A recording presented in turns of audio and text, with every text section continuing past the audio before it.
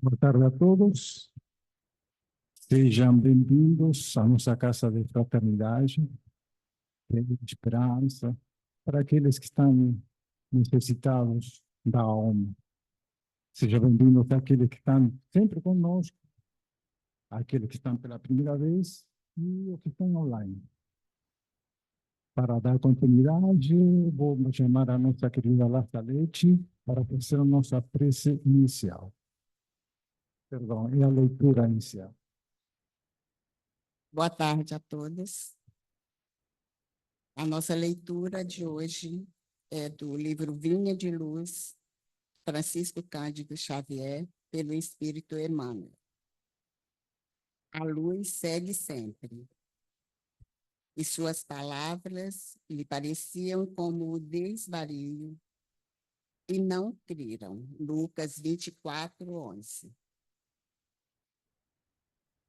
A perplexidade surgida no dia da ressurreição do Senhor ainda é a mesma nos tempos que passam, sempre que a natureza divina, invisível ao olho comum dos homens, manifesta suas gloriosas mensagens. As mulheres devotadas que se foram em romaria do amor ao túmulo do Mestre, sempre encontraram sucessores. Todavia, são muito raros os Pedros que se dispõem a levantar para a averiguação da verdade. Em todos os tempos, os transmissores de notícias do além-túmulo peregrinaram na terra quanto hoje. As escolas religiosas deturpadas foram somente em raras ocasiões aceitaram o valioso concurso que se lhes oferecia. Nas épocas passadas, todos os instrumentos de revelação espiritual, com raras exceções, foram categorizadas como bruxos, queimados na praça pública e, ainda hoje, são tidos por dementes, visionários e feiticeiros. É que a maioria dos companheiros de jornadas humanas vivem agarrados aos inferiores interesses de alguns momentos e às palavras de verdade imortalistas sempre lhe pareceram consumado desvario. Entretanto, ao efêmero não creem na expansão da vida, dentro do infinito e da eternidade, mas a luz da ressurreição prossegue sempre, inspirando seus missionários ainda incompreendidos. Fechamos os olhos, elevar nosso coração para o Mestre Jesus, governador do nosso planeta, e pedir a Ele a bênção a todos nós aqui presentes, que cada um possa levar hoje para sua casa o entendimento, as palavras que vão ser ditas aqui, como nossa querida palestrante. Agradecer também a nossos espíritos que estão aqui presentes sempre, todo sábado, nos ajudando, nos apoiando para vencer o mal. Obrigado, Senhor, que a tarde de hoje seja abençoada. Que assim seja. Hoje, pela primeira vez, temos a nossa querida Maria Angélica Cipriano, que é do Comunidade Espírita Esperança, na Mata da Praia, e ela nos vai trazer um tema, a luz segue para sempre. Seja bem-vinda e fica à vontade em nossa casa.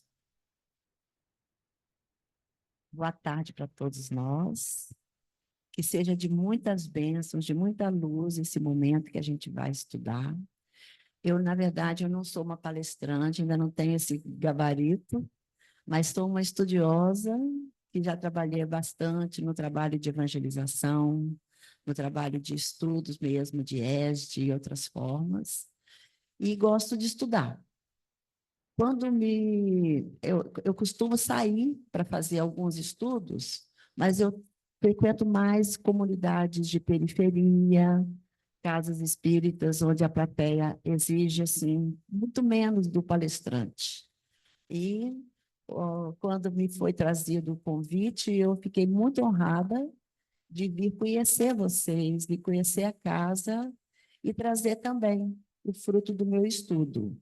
A leitura inicial de hoje já é a base do que a gente vai estudar, e é a lição de número 9 do livro Vinha de Luz, que é uma obra de Emmanuel, é a terceira na sequência dessa série.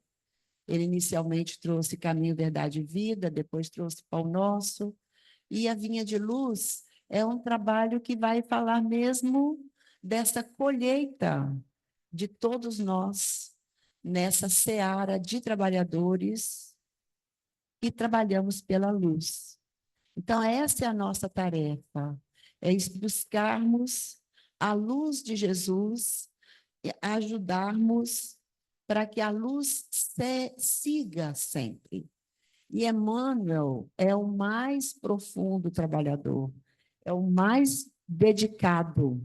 E ele, então, na dedicação dele, junto com Francisco Cândido Xavier, trouxe essa série de obras que se baseiam no Evangelho de Jesus, mas não com o intuito de estudar que as Escrituras Sagradas trazem, mas no intuito de aplicar o ensino que as Escrituras Sagradas têm no nosso dia a dia.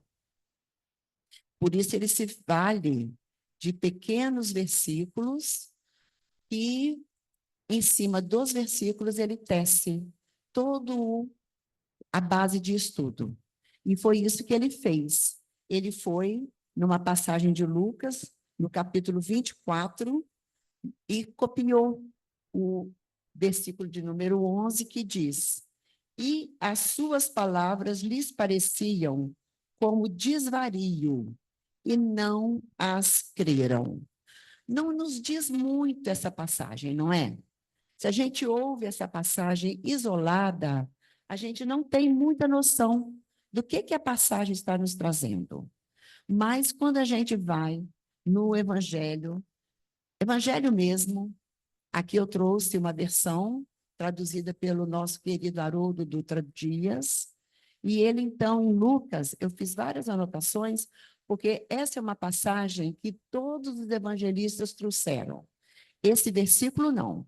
Esse versículo só Lucas trouxe. Mas todos os evangelistas reportaram que essa passagem, ela está trazendo, ela está incluída no Evangelho de Jesus.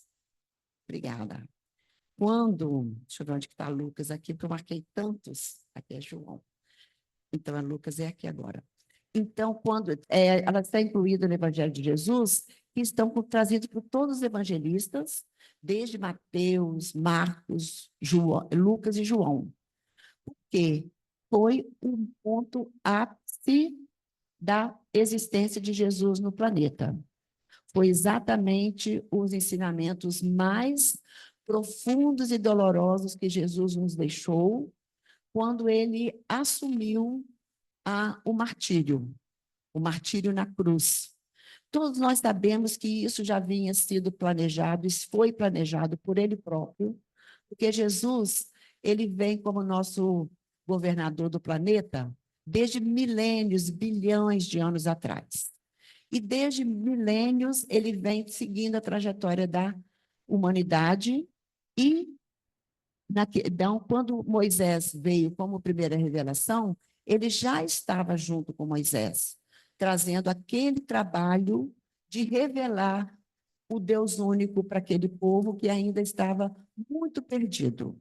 Uma das coisas que a gente sabe é que tudo que nos admira e nos maravilha e nós não temos respostas, a gente tem o hábito de achar que é Deus, que é sobre nós, né, sobrenatural e acima das nossas compreensões. E assim era o povo da época, até que Moisés veio trazer para eles a ideia de um Deus único, que passou então a ser aquele que governava e coordenava todos os acontecimentos que mais inexplicados, que até então, qualquer coisa era tido como Deus.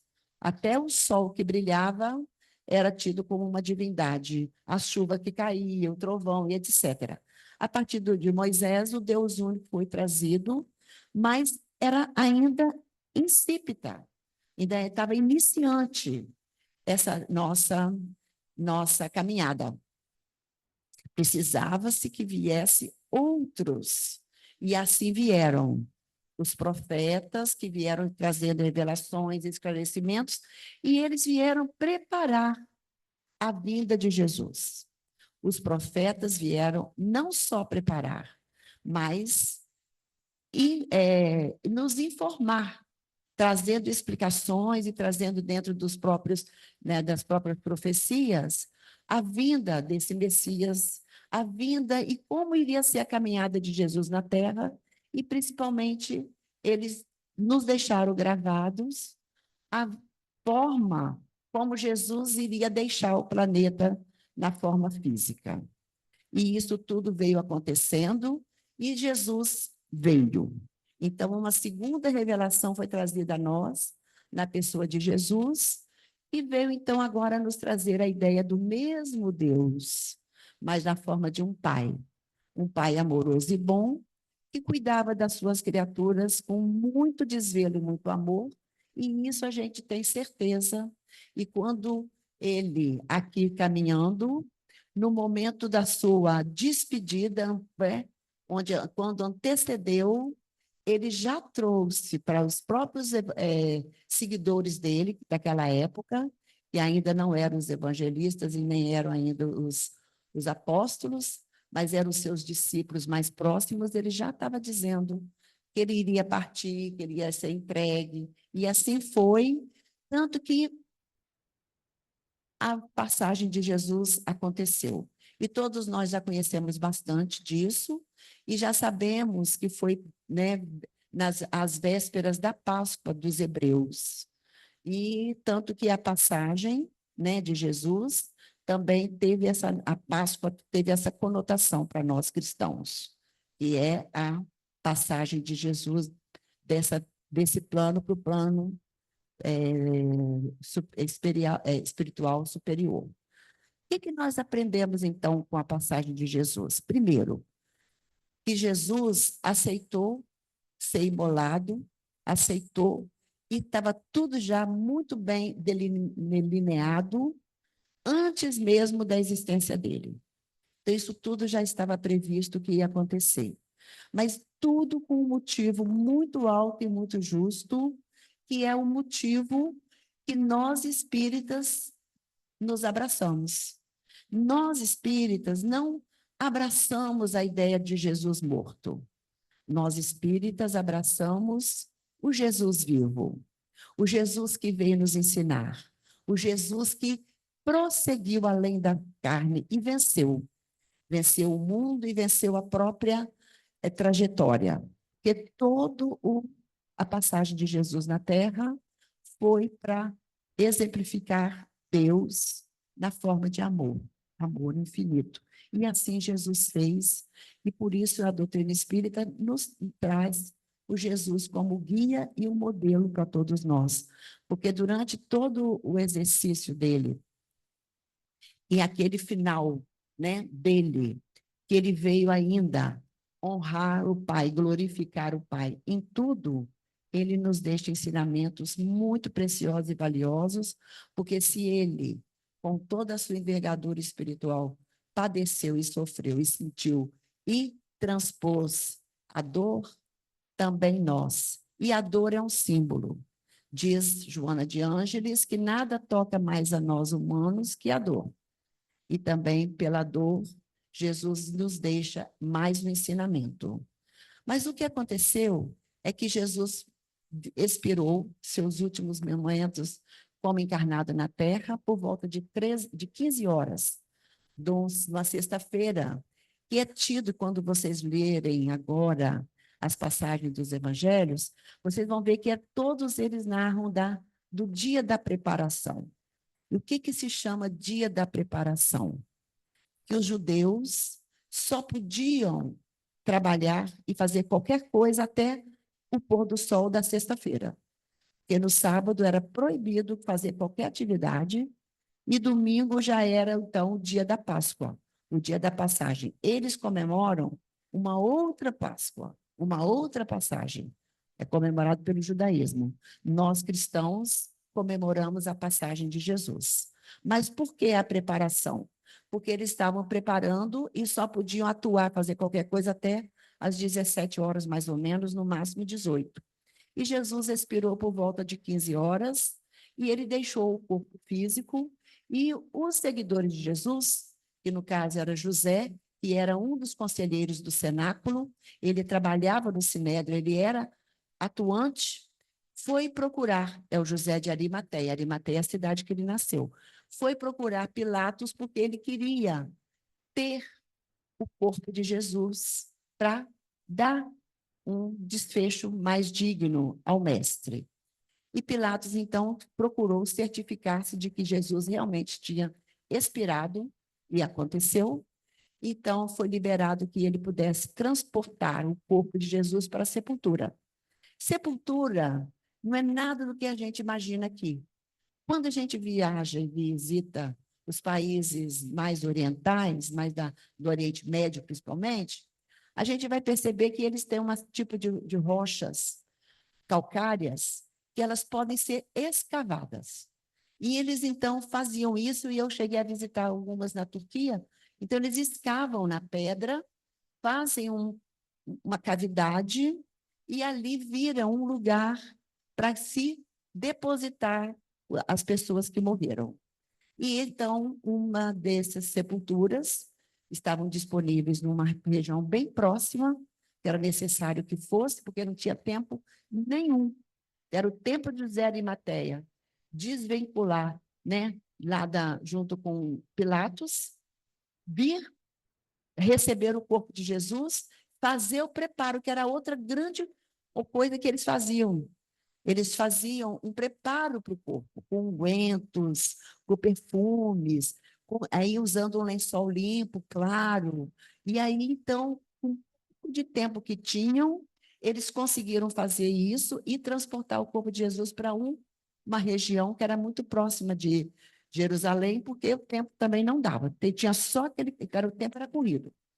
E aí as mulheres que se acompanharam, e os discípulos, os apóstolos, todos que estavam acompanhando o desfecho de tudo, não puderam fazer mais nada a partir de 5 horas, e só no domingo de manhã era possível fazer qualquer coisa. E as mulheres, então, se levantaram mais cedo, prepararam ungüentos, perfumarias e outras coisas todas, porque elas achavam que o corpo de Jesus não estava bem preparado. Elas queriam ir até o sepulcro para fazer isso. Todos os evangelistas reportam essa parte. Mas, em Lucas, foi dito o seguinte, que na primeira madrugada da semana, que era o domingo, foram ao sepulcro, levando aromas que haviam preparado. E encontraram a pedra removida do sepulcro. Era outra preocupação delas. No caminho, elas sabiam que elas teriam que remover a pedra. Então, quem já visitou esses países também sabe que eles constroem uma pedra mais ou menos nessa altura, mais ou menos nesse diâmetro, só que redonda, um círculo. Ela é imensa e muito pesada. E ela tem um ar aberto no meio, que é onde eles colocam uma madeira para poder ajudar a remover. E era dificílimo de remover a pedra. E quando Jesus, né, foi colocado nesse sepulcro, os fariseus, que foram os que influenciaram para que Jesus fosse mesmo levado ao suplício, ao martírio, se preocuparam, porque eles ouviram falar que Jesus iria se levantar, que Jesus iria sair e que não ficaria sepultado. E eles, então, queriam que se colocassem guardas à porta para evitar que acontecesse isso.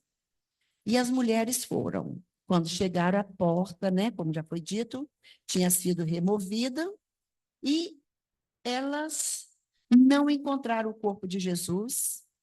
E sucedeu que, enquanto elas estavam paradas, perplexas a respeito do acontecido, se aproximaram delas 2 varões com túnicas que relampejavam. Eram espíritos de muita luz. Tanta luz que para elas eram como se fossem relâmpagos. Ficando atemorizadas, inclinando as faces para a terra, eles disseram para elas: por que procurais entre os mortos aquele que vive? Não está aqui, mas se levantou. Lembrai-vos de que vos falou quando ainda estava na Galileia. Então, eles estão ali e relembram a elas. Tudo isso estava previsto. Tudo estava dito e o próprio Jesus falava. Nada disso estava acontecendo de forma sem ser anunciada e já previamente dita. Dizendo: é necessário o Filho do Homem se entregue nas... É necessário o Filho do Homem ser entregue nas mãos dos homens pecadores, ser crucificado e levantar-se no terceiro dia. Se lembraram das palavras dele. Aí elas se lembraram que Jesus tinha dito isso. Então, nós espíritas, a parte que mais nos atemos nessa passagem toda é exatamente o coroamento da missão de Jesus na Terra, que é provar que o Espírito sobrevive, que o Espírito vai, segue. Isso Jesus veio provar também. Então, esse foi o momento para nós espíritas mais importante de toda a passagem da paixão de Jesus. O momento em que Jesus prova que ninguém teve dúvidas de que o corpo morreu, que o corpo expirou e que o corpo foi conduzido. Mas provar que existe vida após a morte foi através dessa passagem. E as mulheres perplexas saíram, elas se lembraram. Quando elas retornaram do sepulcro, elas relataram todas essas coisas aos 11, porque nessa altura os discípulos estavam em número de 11, porque já não tinha mais Judas, e tinha muito mais gente, todos os restantes.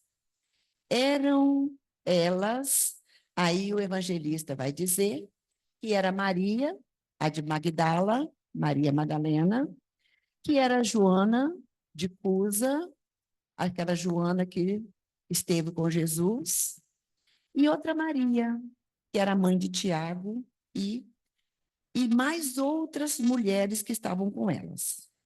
Elas estavam dizendo isso aos apóstolos, mas diante deles, essas palavras, esse é o texto que Emmanuel tirou. Essas palavras pareceram como que tolice. E, de acordo com o evangelista, eles não acreditaram nelas. Eu não sei se nas mulheres ou se nas palavras, mas os evangelistas naquele momento, evangelistas não, os discípulos não acreditaram. E o que aconteceu a partir disso? Isso é importante para nós. Então, essa é a primeira colocação dos ensinos que Emmanuel vem trazer para a gente, quando ele nos dá uma lição intitulada A Luz Segue Sempre. Então, ele vai falar para a gente a perplexidade surgida no dia da ressurreição do Senhor ainda é a mesma nos tempos que passam, sempre que a natureza divina e invisível, ao olhar comum dos homens, manifesta suas gloriosas mensagens. Então, essa passagem do Jesus ainda deixa muita gente perplexa, porque muita gente ainda não está familiarizada com a vida após a morte, com transcender, com ir além. E para muitos é perplexidade você saber que um espírito da envergadura de Jesus deixa seu corpo no túmulo, que depois tem mais uma explicação porque o corpo não estava lá, e vai para, né? E vai. Nesse momento, vocês percebem que Maria não se encontrou com Jesus. Maria de Magdala apenas encontrou os anjos que estavam ali apostos e esclarecendo a elas. Os guardas, tem evangelhos que falam uma coisa, evangelhos que falam outra coisa, mas isso não faz parte da nossa reflexão hoje. O que nós temos que refletir é o que agora Emmanuel está nos trazendo de novidade.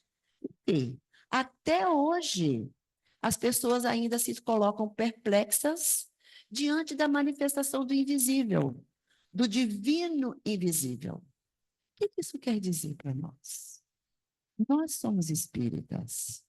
Quem trouxe para nós a doutrina dos espíritos? Os divinos invisíveis. Quem trouxe para mim este livro? Que está acesso a todos nós. Um divino invisível. E nós não nos colocamos perplexos porque a gente acompanha, a gente estuda e a gente segue. Então, toda a nossa obra espírita, não vou dizer integral, mas grande parte dela é trazida pelo divino invisível. Nós estudamos a doutrina dos espíritos. E quem trouxe a doutrina dos espíritos para o planeta Terra? O próprio Jesus. Ele estava junto com Kardec. Ele secundou Kardec em tudo. E a gente vai ver a importância dessa doutrina que nos consola, que nos traz conhecimentos e nos descortina o mundo espiritual. Aquele mundo espiritual que Jesus veio trazer para nós. Porque quando Jesus esteve na Terra, ele não estava preocupado em falar das coisas materiais. O Evangelho de Jesus fala das coisas do Espírito, fala do mundo espiritual, usando exemplos da Terra. Ali são exemplos para poder ficar gravado, porque o povo ainda em culto e ele provém com dificuldade de vocabulário, porque não existia como explicar a maioria das coisas, usava das coisas do campo, das coisas da natureza, dos exemplos todos, e era a forma de gravarmos, porque não ficou escrito, e prosseguir, seguir, como a luz prossegue sempre. É a luz que segue sempre. Então, quando a gente se debruça e a gente aceita e a gente agradece que os espíritos, esses divinos invisíveis, comparecem para nos auxiliar, a gente já venceu essa fase de perplexidade diante do invisível, diante daquilo que se dizia sobrenatural e inexplicável. Mas Emmanuel fala, ninguém, a existência... Epa, a página virou, desculpa. As mulheres devotadas que se foram em romaria de amor ao túmulo do mestre, sempre encontraram sucessores. Ouça bem que são sucessores. Então, ele não está falando de gênero, está falando de pessoas que seguem. Todavia, são muito raros os Pedros que se dispõem a levantar para a averiguação da verdade. Aqui nós temos um ensinamento também, mais um, né? Porque Emmanuel não deixa nada, nenhum ponto, né? Sem nó. Então, em todas as colocações tem algo a dizer. Então, quando ele pontua aqui as mulheres com, né, que são as que trabalharam em cima do amor e foram em romaria ao túmulo, ele está colocando que nós também, muitas vezes, da humanidade, fazemos esse tipo de atitude, de ações, e vamos meio que cegas, né? Em romaria, meio que fanáticos, meio que buscando, sem muito aprofundar e sem muito entender e sem muito saber. Não quer dizer que são as mulheres. São as pessoas que assim procedem. Mas, em contrapartida, ele vai dizer para nós que são muito raros os Pedros que se dispõem a levantar para a averiguação da verdade. Pedro, verdade, e aí a gente para no outro ponto também de grande importância. Muitos não, muito raros os que. E aí a gente volta para a nossa doutrina espírita. No momento em que os movimentos e a invasão espiritual chegou para nos despertarmos para a existência do mundo espiritual, que já estava presente e que já estava, né, atuando, mas que sem conhecimento, sem entendimento, eles foram chegando, foram se manifestando, mas os que iam em romaria participavam das reuniões, viam todos aqueles espetáculos que se tornaram espetáculos nas mesas, né, da sociedade, nas festas, e um se levantou, um preparado. Quando foi dito a ele, porque ele já estava acompanhando esse movimento, mas ele falava que não tinha nada a ver com ele. Isso não era mais... Porque ele era estudioso do magnetismo. E ele sabia que o magnetismo pode fazer movimentos e pode também interferir na matéria. Acho que talvez muitos aqui são do tempo do Uri Geller, quando a gente viu, né, a entortar garfos, fazer algumas coisas que eram que se fazia através da televisão. Então, magnetismo, esse tipo de ação existia e Kardec era estudioso e conhecia. Mas uma mesa, pensar, responder com coerência, Kardec nunca tinha visto. E a população, os que vão às cegas, estavam ali acompanhando, não estavam tomando consciência de nada. Mas para Kardec aquilo ali chamou atenção. Então, ele se levantou. Esse foi averiguar. E esse foi em busca da verdade. O que está por trás dos acontecimentos. E Kardec, então, descortinou o mundo dos espíritos, a presença dos espíritos. E, com o espírito científico, de método, de trabalhador, o que Kardec fez? Desenvolveu um corpo de doutrina, porque ele viu a possibilidade. Imagina, colocado a ele as condições de levar perguntas e desvendar problemas filosóficos profundos que a humanidade não sabia, desenvolver teorias e ensinos que nós não tínhamos acesso e não sabíamos de nada do mundo espiritual. Era o mundo espiritual se desvendando para nós, esclarecendo não só as coisas do mundo espiritual, mas as coisas do nosso mundo material, que a gente também não sabia, que a gente também não entendia. Então, todo o corpo da doutrina espírita nasceu de um que foi em busca da verdade. Mas Pedro foi em busca da verdade. E o que aconteceu? Pedro, quando ouviu, ele foi um dos que achou que era um desvario. Ele achou que era uma tolice das mulheres. Mas ele não ficou quieto. Ele falou, eu vou lá, eu quero ver, quero saber. E levantou-se. Consta que ele e mais um, que era dos mais novos, da nossa concepção, foi João. João, então, junto com Pedro. A diferença de agilidade de um e de outro, né? João, mais rápido, Pedro, mais lento, causa da idade, chegaram ao sepulcro de Jesus, realmente viram o sepulcro aberto, realmente viram os lençóis colocados aonde Jesus esteve, viram aquele lenço que cobria a face de Jesus roladinho no cantinho e não viram mais nada.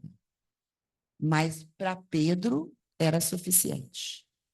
Porque Pedro estava bem preparado, estava bem instruído, e ele sabia que Jesus prometeu que ele iria se levantar no terceiro dia.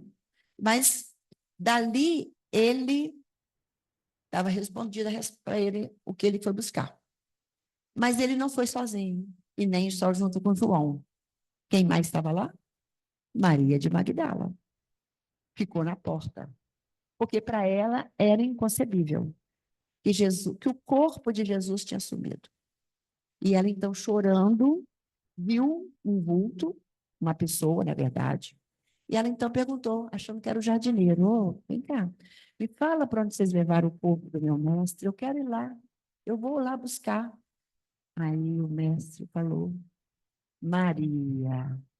Aí ela reconheceu e ela estava de frente do próprio Jesus, só que já em outra essência. Era o Jesus já deixado o seu corpo físico, que nós já tivemos algumas intuições, mas ainda não temos uma resposta definitiva, mas segundo a doutrina espírita, e o que se conhece da doutrina espírita, quer dizer, não é segundo a doutrina espírita, não. Segundo o que se conhece da doutrina espírita, e algo que já foi ventilado nesse livro aqui, a Gênese, que é importantíssimo a gente ler e estudar, provavelmente por uma forma de desmaterialização, ou de invisibilidade, ou de uma outra técnica que a espiritualidade sabe fazer muito bem. E deve ter feito para que Jesus fosse transferido, né, o corpo físico dele, lugar qualquer que onde ele não sofresse disputas. Porque a questão toda é que depois vieram algumas doutrinas cristãs que começaram a disputar qualquer coisa como um símbolo sagrado. E a gente, né, quem vai à Europa sabe disso. Então, eles têm pedaços de madeira, tem pedaços até a cruz que estava a cruz, não, a coroa que estava na cabeça de Jesus, e tantas outras coisas que viraram símbolos e não condizem, que virou até... e as próprias cruzadas fizeram esse papel.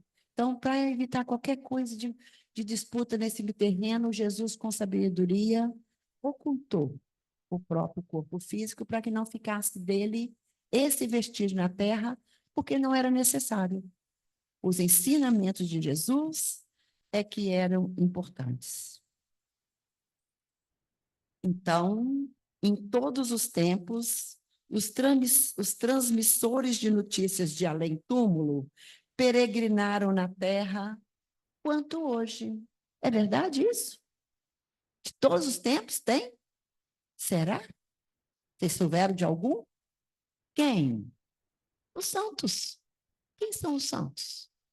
São os médiuns que vieram peregrinar na terra para nos trazer a verdade, para nos esclarecer do mundo espiritual. E tantos outros, né, que já não, na nossa doutrina, já não são chamados santos, mas que estão aqui com esse mesmo trabalho. E quantos participaram dessas obras do Evangelho segundo o Espiritismo, né?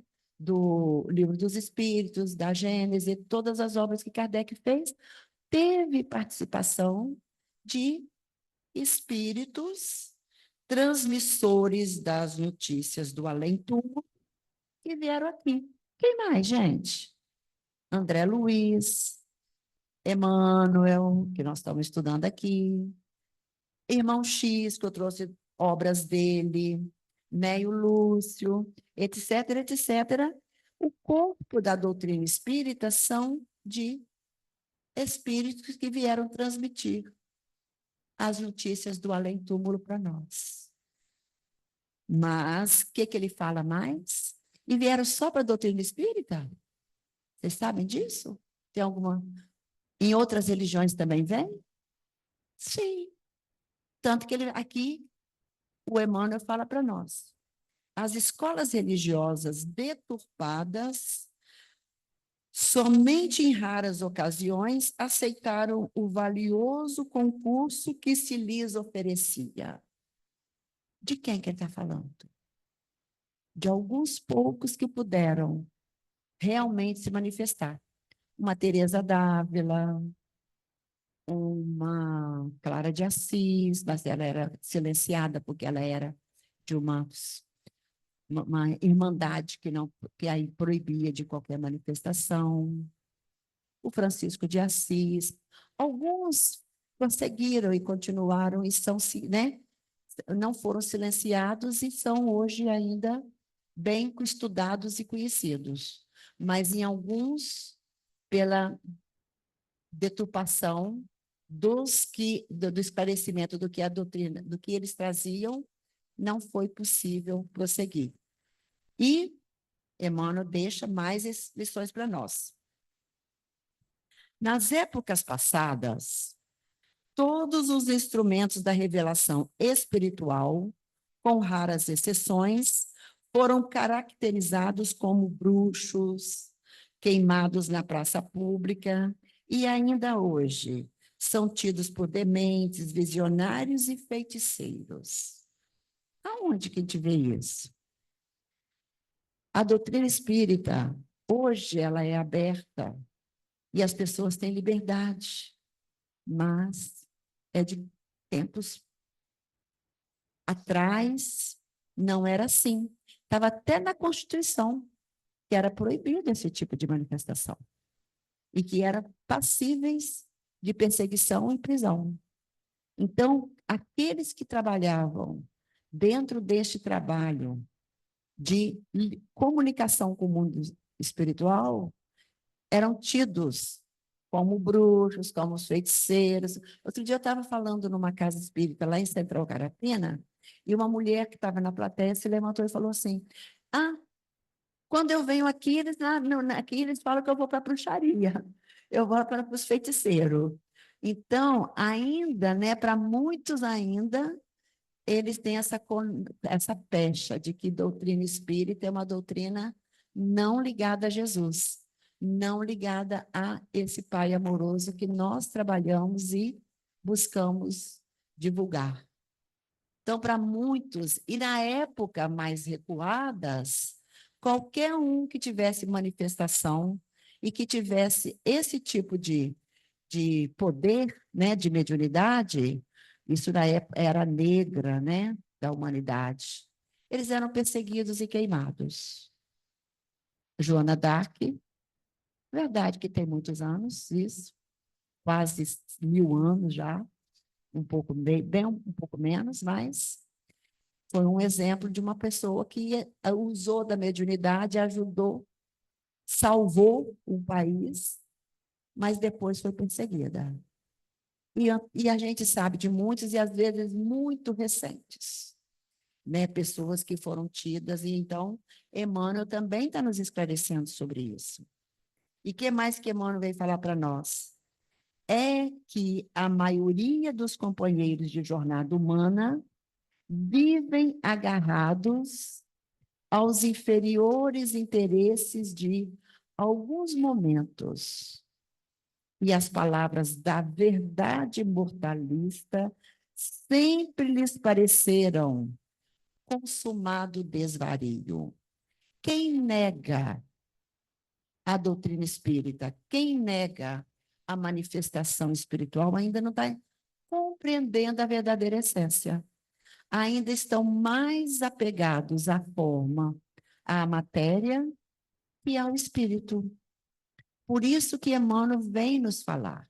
Então, quando, né, essas pessoas que não aceitam a doutrina espírita e que negam, e que muitas vezes perseguem, é porque elas ainda não estão vinculadas a essa ideia imortalista da alma. Elas ainda não compreenderam como se processa a imortalidade da alma e como nós avançamos com esse conhecimento. Qual é o diferencial para nós faz? Que diferença faz para nós termos o conhecimento da imortalidade da alma? Faz diferença? Traz algo a mais para nós? Hoje nós somos mais um materialista que vivemos e passamos a vida toda dedicadas às coisas da matéria, sem nos tocarmos, sem nos ligarmos às coisas do espírito. É disso que ele vem falar. Quer ver mais? Emmanuel não deixa barato, não. Entregues ao efêmero. O que seria o efêmero? O que é efêmero? Tudo que é passageiro. Por acaso, o nosso corpo físico é permanente? A nossa casa? Os bens que eu possuo? As coisas que eu pretendo como minhas? Tudo é efêmero. Tudo é passageiro. Então, ele vem denunciar aqui. Ó, entregues ao efêmero, não creem na expansão da vida, dentro do infinito e da eternidade. A maioria dos que moram, dos que vivem, dos que estão conosco, eu sou muito chocada com isso, porque eu sou espírita há mais de praticamente 50 anos, vou dizer que até mais, e eu conheço e convivo com milhões de pessoas que não se apegam a nada além do efêmero, a nada além do que passa, do que fica. E nós que já somos, né? Com todo esse conhecimento, com todo esse aprendizado, ligados ao que permanece, nós temos obrigação de ter uma concepção diferente de vida. Um desligamento das coisas que passam, para a gente colocar o nosso tesouro, né? O nosso coração no que é o verdadeiro tesouro, de acordo com o ensino de Jesus. Onde está o meu coração? Nas coisas que passam? No efêmero? Naquilo que fica? Ou eu já tenho consciência suficiente para colocar o meu tesouro nas coisas da imortalidade? Essa é a grande lição que Emmanuel traz para nós hoje. E ele, então, trabalha isso, finalizando, disse Emmanuel, mas a luz da ressurreição prossegue sempre, inspirando seus missionários ainda incompreendidos. Para quem que ele está falando essas palavras? O que Jesus veio mostrar para nós na ressurreição é uma luz. É uma luz grandiosa que ilumina, que se expande, que segue sempre. Essa luz, nós que já entendemos e já buscamos as coisas do Espírito, nós já temos essa condição. Mas ele diz que nestes que já são portadores da luz, da imortalidade da alma, segue inspirando como missionários ainda incompreendidos. E muitas vezes é o que nós passamos sendo espíritas, né? Missionários incompreendidos. Para ilustrar um pouquinho, que ainda tem 7 minutinhos, né? Eu vou trazer uma história que ela é muito linda. Ela não fala da luz, apesar de que eu iria até trazer. Eu trouxe um monte de livro, tá? Porque é tanta coisa para a gente falar e é tanto ensino para a gente reportar, mas eu acho que essa história aqui vai ser a mais própria para a gente agora. Nesse livro Escrínio de Luz, fala de quanto a luz nos visita e está presente em nossas vidas. Mas aqui eu acho que é um incentivo para todos nós que somos espíritas e que temos todo esse cabedal de ensinamentos e que podemos prosseguir iluminando e sendo iluminados. Então, nesse livro, Jesus no Lar, Enéio Lúcio, que é outro, né, espírito, que veio nos trazer ensinamento, ele vai nos contar a visita da verdade. Então, ele vai falar de um de nós. Ele coloca aqui um personagem, mas que somos todos nós. Quem é o personagem? Certa feita, disse o mestre que só a verdade fará livre o homem. Vocês concordam com isso? Que a verdade nos libertará? Que Jesus falava, né? Ele nos deixou esse ensinamento. Conhecereis a verdade. E talvez porque ele não pudesse apreender de imediato a vastíssima extensão da afirmativa, perguntou-lhe Pedro no culto doméstico. Olha o Pedro em busca da verdade, ó. Senhor, que é a verdade? Jesus fixou no rosto enigmática expressão e respondeu: a verdade total é luz divina, total. Entretanto, o homem ainda está longe de suportar-lhe a sublime fulguração. Então, Jesus respondeu para Pedro: a verdade total é a luz divina total, mas nós ainda não damos conta. Reparando, porém, que o pescador continuava faminto de esclarecimentos novos, o amigo celeste meditou alguns minutos e falou: numa caverna, que pode ser o plano terra, tá?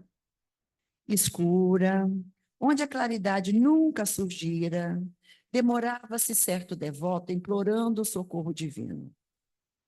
Declarava-se o mais infeliz dos homens, não obstante em sua cegueira, sentir-se o melhor de todos. Claro, a gente cegos, a gente se enxerga, né?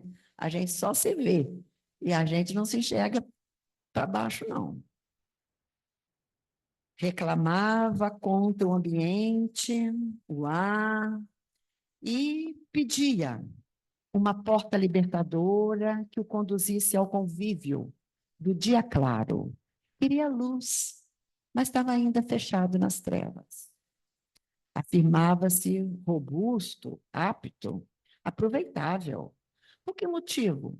Era conservado ali naquele insulamento doloroso. Chorava e bradava, não ocultando aflições e exigências. Que razões o obrigavam a viver naquela atmosfera insuportável? Parece alguns dos nossos companheiros, né?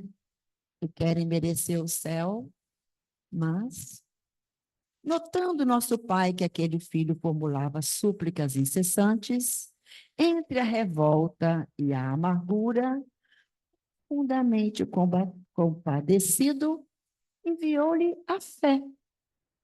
A fé. Olha, se você não tiver fé, você não vai para lugar nenhum mesmo, né?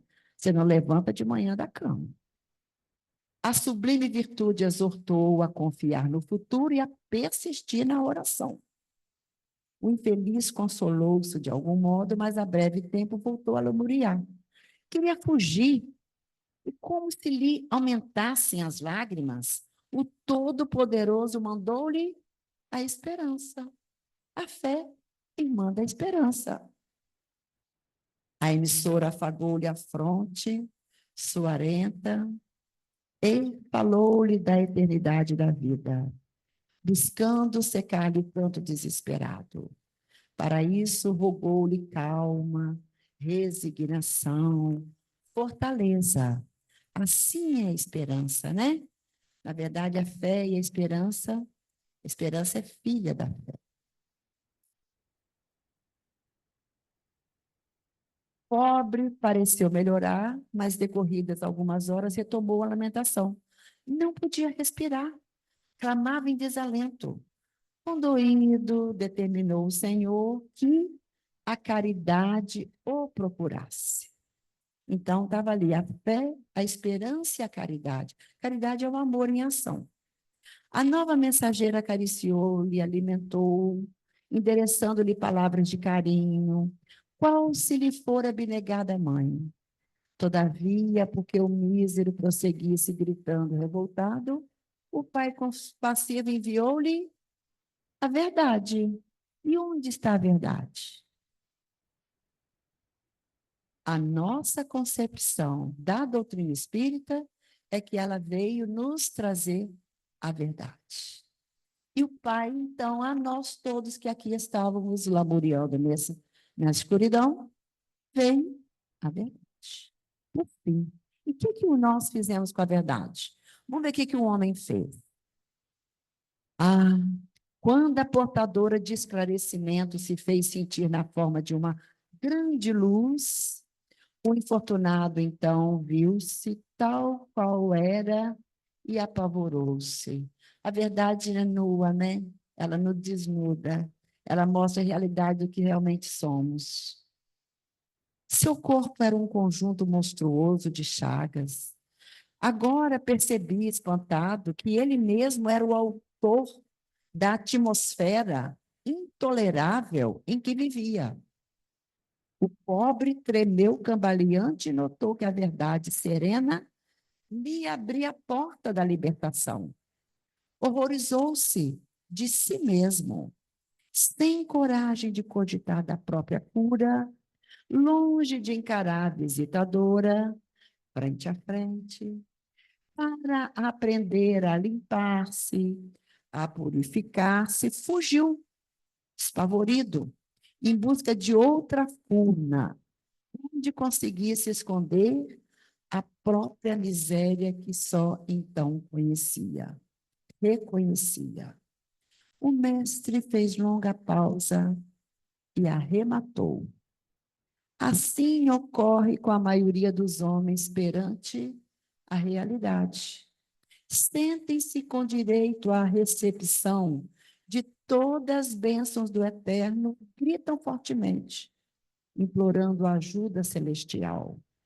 Nós, pedintes.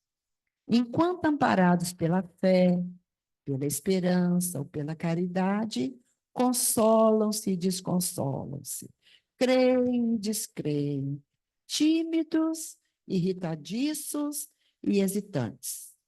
Todavia, quando a verdade brilha diante deles, revelando-lhes a condição em que se encontram, costumam fugir apressados, em busca de esconderijos tenebrosos, dentro dos quais possam cultivar a ilusão. E a nossa lição nos fala de luz. Nos fala que a luz segue sempre. E é isso que nós temos que confiar. A luz que Jesus trouxe ao mundo, que ilumina o mundo, segue sempre, nos despertando em todos os lugares aonde estivermos. É necessário que tenhamos e que busquemos a luz. E a luz não abandona e não esquece ninguém. Então, que todos nós saibamos fazer brilhar em nós. Porque quando Jesus fala, brilhe a vossa luz, ele está dando uma ordem. Ele não está falando que a gente não tem luz, ele sabe que nós temos luz. Tanto que ele manda brilhar. Porque se ele tivesse dúvida, ele não mandava. Mas ele sabe que todos nós temos luz. Mas que nós ainda, porque nos distanciamos da verdade, nos distanciamos do conhecimento que, em princípio, maior parte de sabermos realmente quem somos, o que somos e o que buscamos, nós deixamos de fazê-la brilhar. Mas que Jesus não nos abandona nunca e a luz nos visita sempre. E que seja esse o convite para que todos vocês possam continuar buscando e deixar com que a luz prossiga. E se puderem fazer brilhar a vossa própria luz, é melhor, porque estarão iluminando os caminhos de outros. Que assim seja. Maria Angélica, Você colocou para a gente aqui que você não é palestrante. Por isso dizer que você é uma bela professora, nos trouxe aqui uma rica aula de história, né? Muito obrigado. Não é? Então, claro que todos nós devemos seguir a luz de Jesus para continuar no bem. A seguir, vou chamar a La Salete para fazer a nossa prece final e logo depois teremos o passo. Obrigada, Angélica, por toda, por tudo que você nos trouxe na tarde de hoje. E vamos pensar nessa luz que Jesus deixou, na nossa própria luz. Busquemos a luz de Jesus quando buscamos nós mesmos. É a resposta do Livro dos Espíritos, 919, que fala que a gente deve nos conhecermos, né? Então, possamos, através da nossa reflexão diária, buscar nos conhecer um pouco mais, refletindo no que fizemos durante aquele dia, de bom e de não tão bom, para que não repetimos, possamos repetir no próximo dia. E vamos seguir essa luz através da nossa reforma íntima, das nossas ações, buscando essa luz também dentro de nós, a luz de cada um que é presente de Deus e que está ali muitas vezes ofuscada por nós mesmos, né? Pelos nossos pensamentos, pelas nossas ações. Agradecer a Deus toda essa bênção, toda essa luz. Agradecer por essa tarde maravilhosa, que possamos refletir. Agradecer a Jesus por essa doutrina que nos traz tanto conhecimento, que nos traz tantas reflexões. E assim, Senhor, te agradecemos mais uma vez pelas oportunidades que nos dá de crescimento. Quando falamos de oportunidade, incluímos os sofrimentos, porque somos gratos, não só pelas coisas boas, mas principalmente por aquelas que não entendemos e achamos que são ruins. Esses não são sofrimentos, devemos vê-las como oportunidade de crescimento. Através delas, através do que chamamos de sofrimento, nós conseguimos evoluir, nós conseguimos crescer. Sim, Senhor, agradecemos a essa tarde, a palestrante, agradecemos a Deus, a espiritualidade maior, aos nossos mentores, e a essa casa que sempre nos recebe com amor e luz. Graças a Deus.